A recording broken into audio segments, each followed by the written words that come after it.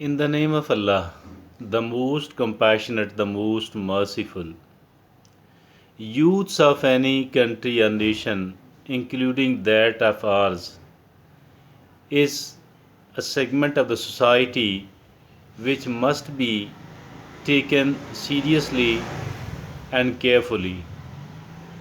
Here in our society, as for the youths are concerned, youths as well as their parents, due to the youth, are facing quite a lot of challenges which were unseen in the past. I'm talking about the things which have arisen because of the arrival of the digital media, because of the arrival of the social media. Things have gone much more different and out of control as well. The Zahra case is a very high profile case it has become. What did happen in this case? A girl, a teenager, maybe somewhere 16, 17, 18, I don't know exact age, she left her house along with her boyfriend, and they contracted a court marriage. Now their parents considered her as abducted girl, started the search. Media, social media, mainstream media, all of that were telecasting the news about this case. She has been located and she told that I have got married with my own consent, obviously not under any sort of compulsion. The case is in the court of the law, as all the people know. Now, what is there to understand from this case, which must be understood by all the people, for all the people in the society? I think it is that as for the parents are concerned, parents must reconsider their policy toward the youth, toward their children. As for the excessive pampering is concerned, I think it has proven counterproductive, and many of the children were spoiled. They are the spoiled youth because of one reason. Because their parents loved them too much. Loving the children, it is something quite natural, but we need to understand what is good for our children's future and what is not, what is bad for the future of our children. We must understand. As far this pampering, too much of it is concerned, I think it has spoiled the life of the many youth.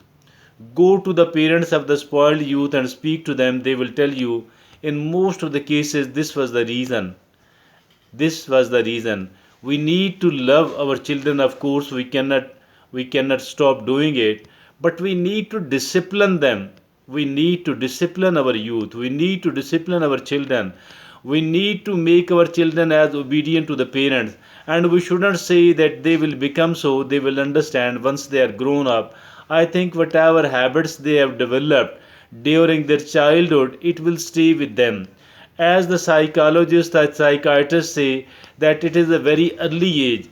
It is the first decade, and maybe the first half of the decade, 5 6 years, where the children adopts most of the habits. I think that as for the first decade of the child is concerned, we must try to discipline our children, and it should be taken as the as the topmost priority.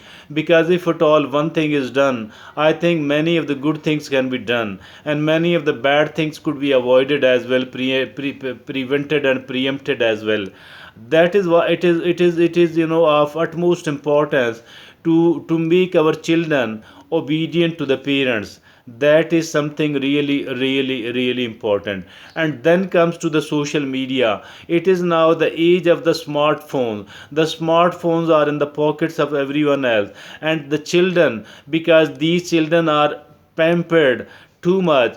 Instead of disciplining them, I think these children are provided with a smartphone. These children are allowed to be online and to be on the social media as well.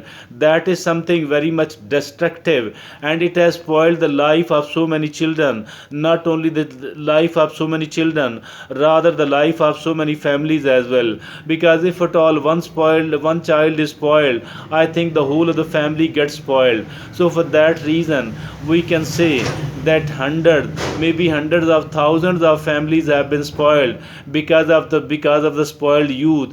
And this youth was spoiled because they were given an opportunity to be online, to be on the social media, when they were not mature at all, when they could not understand what is good and what is bad. And so many of the stalkers, so many of the criminals are trying to hunt the immature children, and many of the children have been taken out secretly out of their homes, obviously with the consent of these children. Since these children don't know what is good for them and what is not so good for them, these children are lured for certain things, whatever. In different cases, I think it as far the smartphones provision to the children is concerned, the parents should not be doing it.